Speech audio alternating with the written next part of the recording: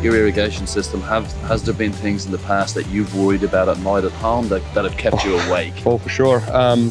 You know, sometimes when you're locked and loaded a program, and with Auckland's weather, it's just so changeable, and set a program to put on, say, 5 mils of irrigation, we get another 9. You know, it's just something you don't need in the immediate lead into an international cricket match in particular. Access to these types of systems now is, it's going to be great. I mean, I can just turn irrigation off from home, 11 o'clock at night. If I look at radar and see something coming in I don't like, beautiful. Whereas previously I've jumped in the car and come down to work and turn stuff off. And this flexibility will be lifted to the next level, no doubt. And we have spoke about the MI Mobile or Rainbird's dedicated app. We really wanted to give you that film now, so we've actually bought that package for you guys. Oh, brilliant.